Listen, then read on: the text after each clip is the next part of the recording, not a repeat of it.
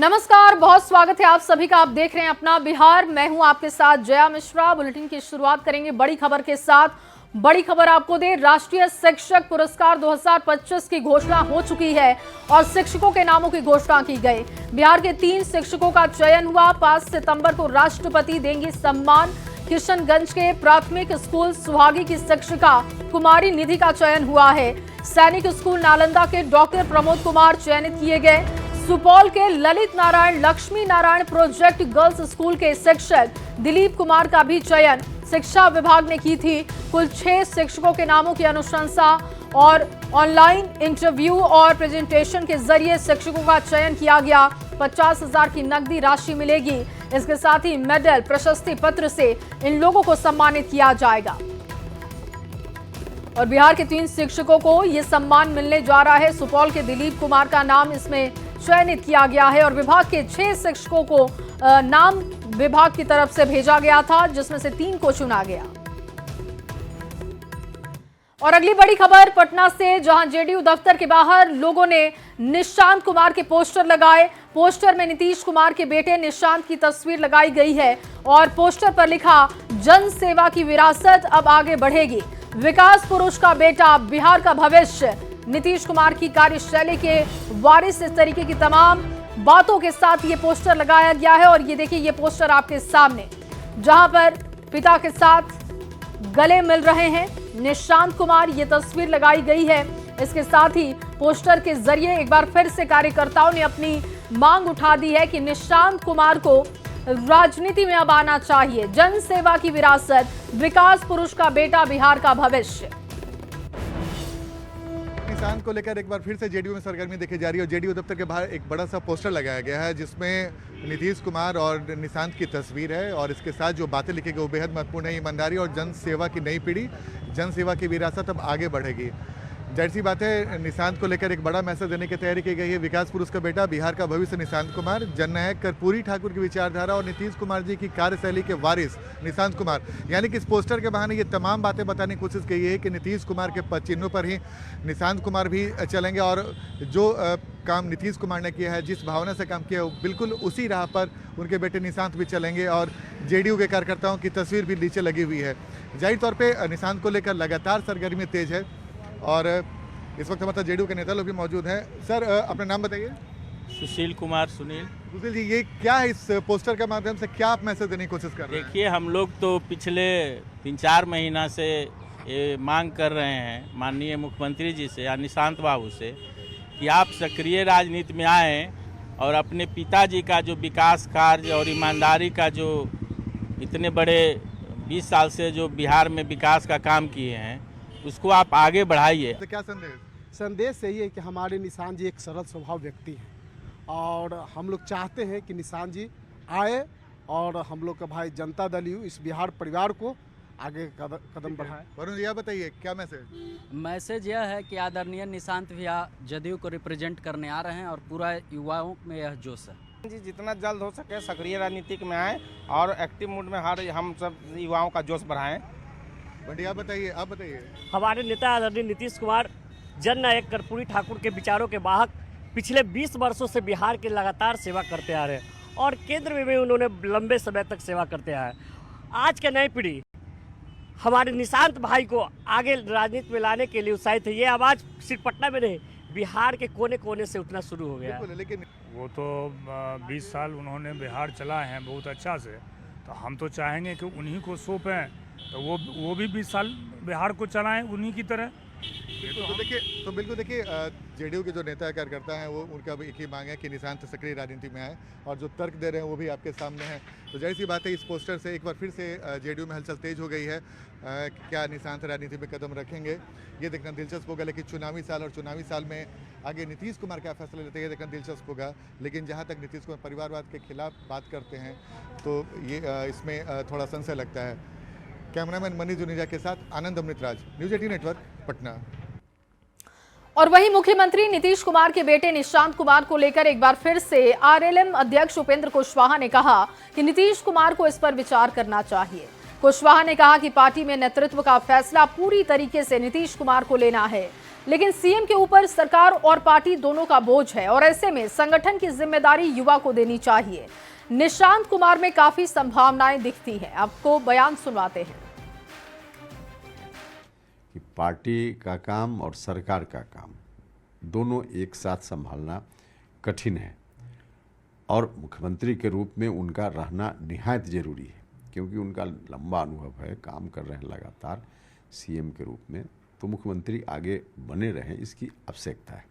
तो इस दृष्टि से हमने कहा था कि पार्टी के काम से मुक्ति उनको खुद ले लेनी चाहिए, और लेकिन मुक्ति लेकर के फिर किसको जवाबदेही देंगे, कैसे संभाल लेंगे पार्टी को, यह तो उनका अंदरूनी मामला है। हमने बाकी और किसी व्यक्ति विशेष के बारे में नहीं कहा था। हाँ, एक चर्चा जो सामान्य तौर पे चलते रहती है, जिस दिन हमने ट्वीट में यह बात कही थी उस दिन संयोग से उनके सुपुत्र निशांत का जन्मदिन था, तो इसलिए हमने निशांत को भी शुभकामना दी कि जेडीयू की नई उम्मीद, इस रूप में हमने कहा, यही हमने कहा था। तो आप चाहते हैं सर अभी भी कि निशांत सक्रिय राजनीति में आ जाएं, जेडीयू में आकर सक्रिय भूमिका निभाएं? देखिए, यह तो व्यक्तिगत फैसला होगा ना, निशांत का फैसला हो या माननीय मुख्यमंत्री जी का फैसला हो, फैसला तो उन लोगों का होगा ना। तो इस पर हम सीधे कोई सुझाव दे दें यह मुनासिब नहीं है, लेकिन इतना तो ठीक है कि नए लोगों को राजनीति में आना चाहिए, उसमें फैसला नीतीश जी ले सकते हैं। निशांत में आपको संभावनाएं दिखती हैं? देखिए, हर यूथ में संभावना है, क्यों नहीं, और निशांत मुख्यमंत्री जी के सुपुत्र हैं, लगातार उनके सानिध्य में रहे हैं, तो एक संभावना तो बनती ही है, इसमें क्या दिक्कत। और भूमि अधिग्रहण नियम के विरोध में बड़ी संख्या में किसान पटना की सड़कों पर उतरे और ये सभी प्रदर्शनकारी सीएम हाउस का घेराव करने जा रहे थे, लेकिन पहले से तैनात पुलिसकर्मियों ने इन्हें डाक बंगला चौराहे के पास रोकने की कोशिश की और इस दौरान उग्र किसानों ने बैरिकेडिंग तोड़ने की भी कोशिश की। कई तो बैरिकेडिंग के ऊपर चढ़े हुए दिखाई दिए, जिसकी तस्वीरें आप भी देख रहे हैं। काफी मशक्कत के बाद पुलिस ने हालात को काबू किया, प्रदर्शनकारियों को आगे बढ़ने से रोका गया और वहीं से लौटने पर इनको मजबूर किया गया। दो तस्वीरें आपके सामने हैं, देखिए डाक बंगला चौराहे पर जब प्रदर्शनकारी पहुंचे तो वहां पर बैरिकेडिंग करते हुए इन्हें रोकने की कोशिश की गई।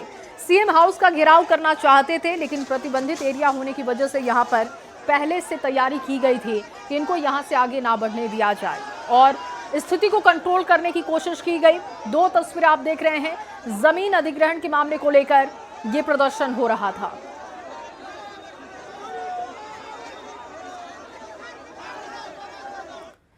और आगे बढ़ते हुए बेगूसराय से आपके सामने बड़ी खबर रखने जा रहे हैं। पुलिस कस्टडी से कैदी फरार हो गया।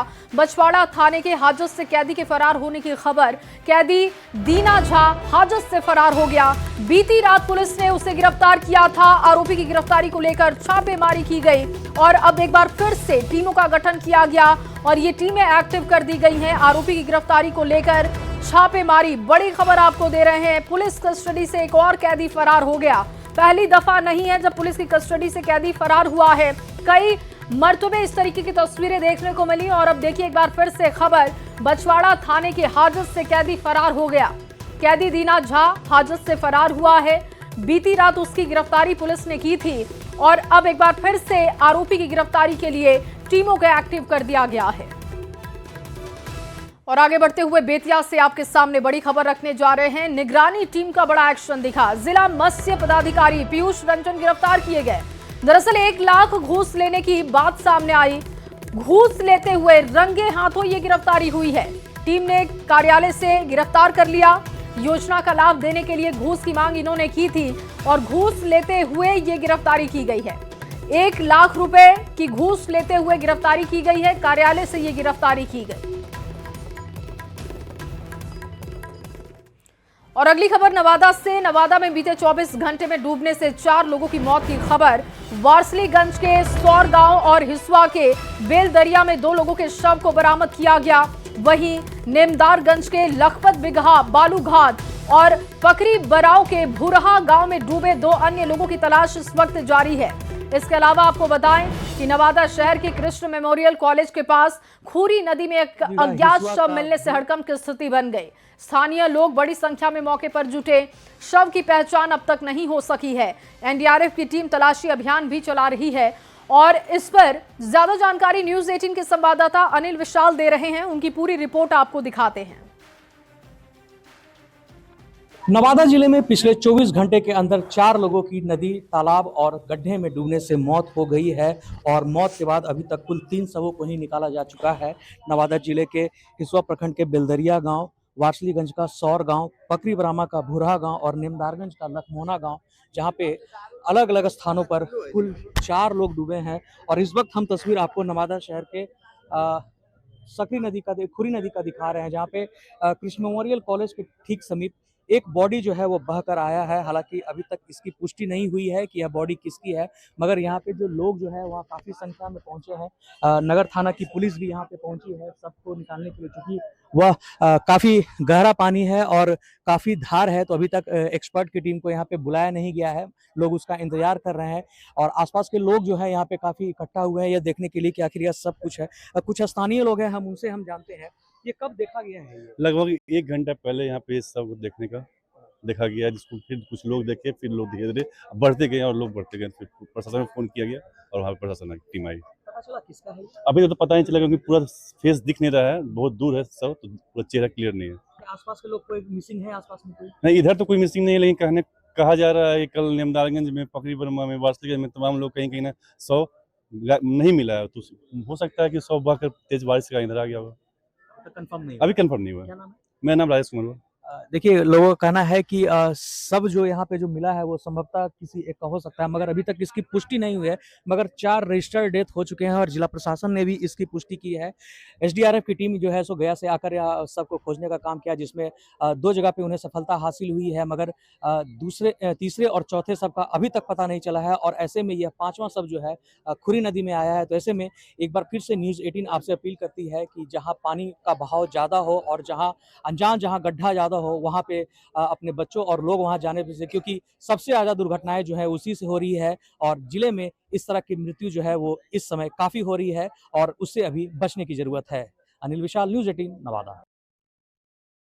और अगली खबर पटना से, जहां पटना के दनियावा प्रखंड के खर भैया पंचायत के कई गांव बाढ़ से प्रभावित दिखे। एमन बिघा गांव में बाढ़ का कहर देखने को मिला। लोकाइन और करुआ नदी जुड़े पाइप का बांध टूटने से एमन बिघा पूरी तरीके से जलमग्न हो गया। कटाव की वजह से करीब 100 घरों में नदी का पानी घुस चुका है और ऐसे में लोग पलायन को मजबूर हैं। स्थानीय लोगों की लगातार गुहार लग रही है प्रशासन से कि मदद की जाए। लोगों से बात की है न्यूज़ 18 के संवाददाता अमरजीत शर्मा ने। आपको पूरी बातचीत सुनवाते हैं। मौजूद है दनियामा प्रखंड के एमन बिघा में और एमन बिघा में कटाव हुआ है, जिससे पूरा गांव जो है प्रभावित है और पूरा जो है बाढ़ ग्रसित हो चुका है। 50 से ज्यादा लोग घर छोड़ करके दूसरे जगह पलायन कर चुके हैं। ये कटाव आप देख लीजिए, इसी कटाव को बनाने की प्रक्रिया चल रही है। लोग बना रहे हैं और बाढ़ को रोकने की कोशिश कर रहे हैं। यहाँ पास में जो नदी है, उस नदी की वजह से जो है ये बाढ़ आया है। कौन सी नदी की वजह से जो है बाढ़ आया? कड़रुआ नदी से ये पैन आता है। हाँ। इस पैन से जैसे कि 12 गांव का नदी से 12 गांव में पानी जाता है। ये पैन पर आगे कुछ जाकर कुछ लोग भराव करके कुछ लोग आगे लिंक बंद हो रहा है, मुंह बंद है। इसी का कटाव कैसे हुआ? कटाव जैसे पानी का लेवल बहुत ऊपर आया, ऊपर से पानी गिरने लगा लंग पे, पानी गिरा, उससे कट गया है। कट गया है। गांव में घुस गया है। गांव में पानी पूरा घुस गया है। कितना लोग गांव प्रभावित? गांव में लगभग 100 के घर में पानी तो पूरा घुस गया। 3 से 4 फीट घर में पानी हो गया। पूरा फसल वगैरह सब पूरा का पूरा फसल एक थोड़ा बहुत भी नहीं बचता। कोई देखने आया? कोई नहीं आया। कोई देखने आया? कोई नहीं। लोग पलायन कर रहे हैं। आधा गांव खाली करके चल गया अपना परिवार के यहाँ। तो आधा गांव के लोग जो है खाली करके अपने परिवार के यहाँ पलायन कर चुके हैं, क्योंकि उनके घरों में पानी ही पानी है। ऐसे में उनका जीना मुहाल था और प्रशासन की तरफ से कोई देखने वाला नहीं है। दनियामा से न्यूज़ 18 के लिए अमरजीत शर्मा। और बिहार में लगातार बारिश और नदियों के उफान से जनजीवन प्रभावित हो रहा है। पटना से लेकर सुपौल और आरा तक कहीं जल जमाव की स्थिति है, तो कहीं गंगा और कोसी का कटाव लोगों के लिए मुसीबत साबित हो रहा है। देखिए बिहार से न्यूज़ 18 संवाददाताओं की ग्राउंड रिपोर्ट।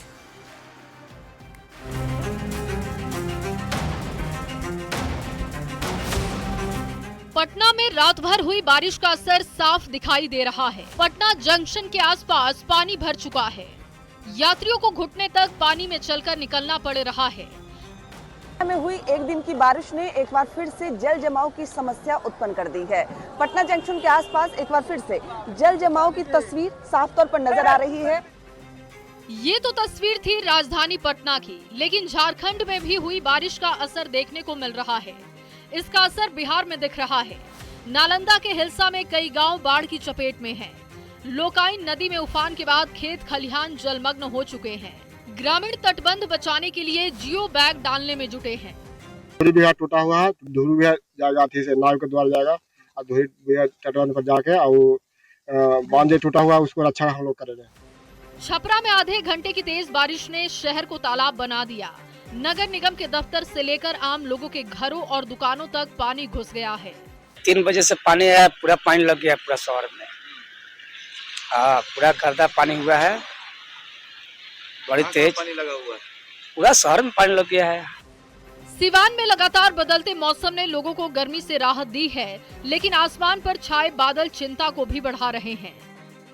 बाढ़ के पंडारक इलाके में सरहन डैम से निकले पानी ने 12 से ज्यादा गांवों को जलमग्न कर दिया है।